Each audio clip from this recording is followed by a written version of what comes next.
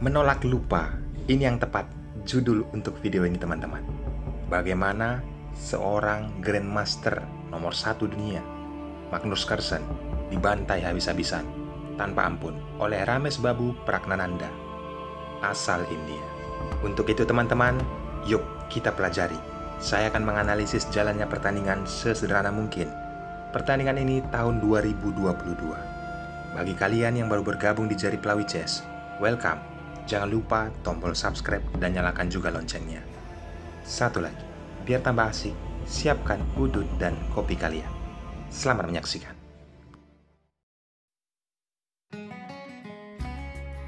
Magnus Carlsen memegang buah putih. Dia memulai pion D4. Ramesh Babu Pragnanandha, kuda F6. Putih pion C4, hitam pion E6. Magnus langsung mengaktifkan kudanya ke F3 dan Pragnanandha pion D5. Putih lagi-lagi memainkan kudanya ke C3. Setelah pion C5, terjadilah pembukaan gambit menteri ditolak, variasi semi-taras defense. Bagaimana keseruannya? Ataupun bisa kita pelajari langkah putih pion E3 dan hitam pion C6.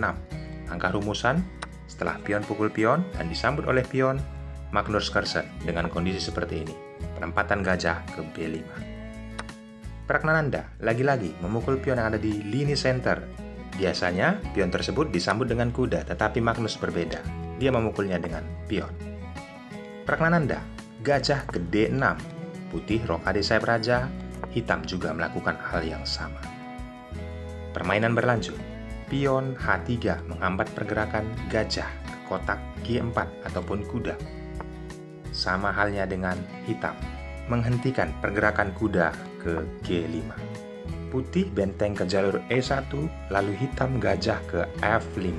Magnus menempatkan kuda ke poin yang paling penting, ke E5, sudah berada di pusat. Hitam benteng ke jalur C. Kelanjutan setelah gajah ditempatkan ke F4 dan hitam di sini mencoba benteng ke jalur E. Kita bisa lihat teman-teman sudah mulai aktif. Penyerangan sama-sama melakukan dari lini center. Menteri ditempatkan ke B6 membuat kuda tidak berkutik karena dia harus menjaga gajah yang ada di B5. Maka dari itu Magnus langsung mengeliminasi kuda, lakukan penyerangan permainan. Setelah pion pukul gajah, ada pion yang terancam oleh menteri. Kali ini kuda mencoba menggeser posisi menteri dan Pragnanandha menempatkannya ke A6, kembali membuat menteri putih tidak berkutik karena dia menjaga posisi kuda. Benteng ditempatkan ke E3, tujuannya jelas teman-teman, akan ke C3 lalu dijaga oleh kuda. Pragnanandha memberikan peluang untuk pion bisa maju dan Magnus mengambil langkah itu. Tetapi, secara tidak sadar membuka pertahanan bagi Raja Hitamnya. Kuda mundur ke G5, lihat, Pragnanandha menciptakan peluang kembali setelah ditempatkan benteng ke C3, dia mencoba melakukan serangan melalui diagonal. Dan di sini ada problemnya teman-teman, setelah menteri ke B7. Kita coba pelajari setelah gajah mundur ke H2 dan hitam mulai aktif. Kuda ditempatkan ke E6. Tujuannya mungkin menempatkan ke F4. Magnus langsung memukul pion dengan kuda, dan di sini kuda ditempatkan ke F4. Tetapi coba kita berandai teman-teman. Ada langkah yang terbaik mungkin bisa diambil oleh hitam. Dia lebih memukul gajah terlebih dahulu. Dan setelah raja pukul gajah, maka kuda ditempatkan ke F4. Nanti kita bandingkan dengan partai aslinya. Permainan bisa dilanjutkan. Langkah putih, penempatan kuda ke E5 sekaligus menutup penjagaan benteng kepada langkah kuda. Benteng pukul benteng, disambut oleh benteng, maka pion akan ke F6 mengancam posisi kuda. Kuda ditempatkan ke G4, lalu benteng ke E2 mengancam posisi pion. Pion dilindungi kuda, tetapi ada langkah terbaik. Gajah memukul pion. Jelas hitam lebih unggul dengan kondisi seperti ini. Kita kembali ke partai aslinya. Pragnanandha menempatkan kuda ke F4, lalu Magnus Carlsen mencoba menarik kembali kudanya dan ditempatkan ke E5. Permainan berlanjut, gajah langsung memukul kuda dan disambut oleh pion. Kuda ditempatkan ke D3. Teman-teman, kita bisa pelajari setelah penyederhanaan permainan, benteng dihilangkan dari papan. Magnus Carlsen mengaktifkan kembali gajahnya ke G3, menghambat pergerakan kuda, tetapi ada pion maju ke D4, lalu Magnus juga memainkan pion ke B3, penempatan menteri ke C6, dan Magnus penempatan menteri ke D2. Mengamankan raja ke jalur H, karena sudah tidak dipakai lagi untuk kolom 8 bagi Pragnananda. Sama halnya dengan Magnus, menaikkan raja ke H2. Permainan berlanjut, gajah ke G6. Di sini teman-teman, kita melihat problem. Magnus Carlsen mencoba mengambil pion yang ada di A8 dan dibiarkan oleh Pragnananda. Penempatan menteri ke C1. Apa tujuannya teman-teman? Jelas, Magnus Carlsen mengambil pion tersebut dan menteri ditempatkan ke E3, dangerous position untuk putih. Apa konsekuensi dari partai ini? Ataupun langkah yang dilakukan oleh Pragnananda mengorbankan pionnya. Kita lihat teman-teman, kuda ditempatkan ke C3, tetapi ini langkah blunder.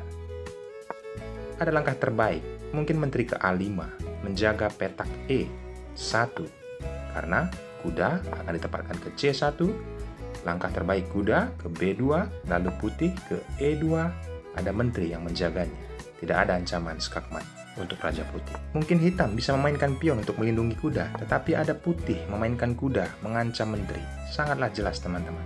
Tidak ada dampak apa-apa yang diciptakan oleh hitam apabila kondisi seperti ini. Putih kelihatan lebih unggul dan rajanya sangat aman. Coba kita bandingkan dengan partai aslinya. Di sini Magnus Carlsen menempatkan kuda ke C3. Pragnananda mengambil keuntungan ini. Langkah berikutnya, kuda ke F4. Karena apa teman-teman? Coba kita pelajari lagi.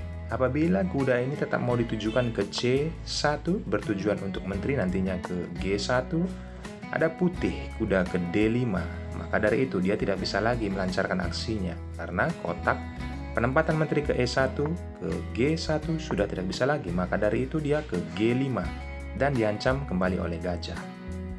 Putih kondisi aman.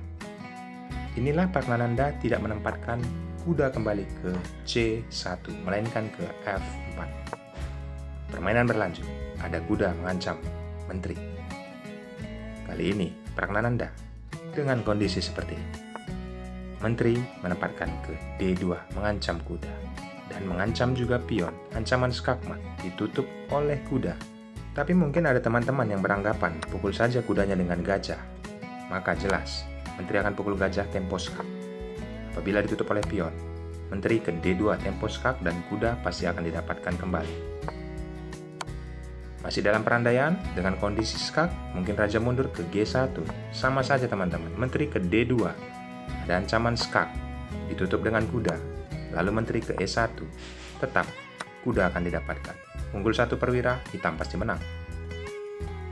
Kita kembali ke partai aslinya. Di sini, Magnus Carlsen menempatkan kuda ke F2.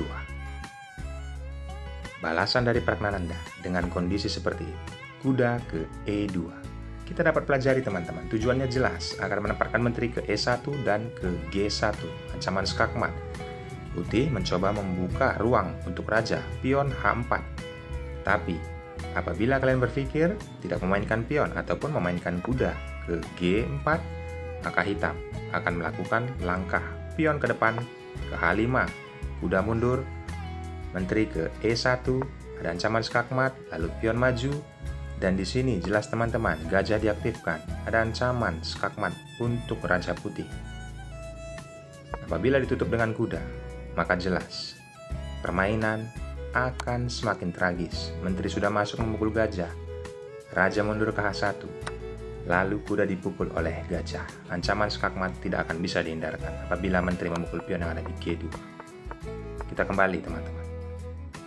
Magnus Carlsen masih melanjutkan permainan pion H4. Pragnananda Sungguh luar biasa langkah yang diambil menteri ke E1. Jelas tujuannya ada ancaman skak. Lalu Magnus Carlsen mencoba memberikan perlindungan kepada rajanya, menteri ke D7. Ini sangat berarti langkahnya teman-teman. Karena apa? Coba kita ambil langkah sederhana apabila tidak menteri memainkan pion ke A4. Inilah yang akan terjadi. Menteri tempo skak, raja naik, kembali tempo skak oleh gajah, jelas akan ditutup.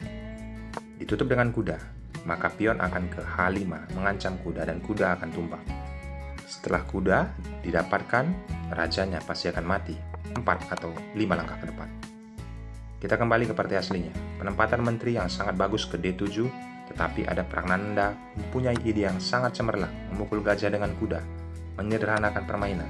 Menteri memukul pion. Kenapa tidak raja mau langsung memukul kuda? Karena dampaknya sangat fatal teman-teman. Apabila ini dimainkan, maka hitam tempo skak. Jelas di sini, raja akan ke H3, maka skak kembali oleh gajah dan menteri putih akan tumbang. Dan masih mencoba apabila raja ke G4, maka skak oleh pion. Raja mundur ke H3, kembali, menteri putih akan tumbang.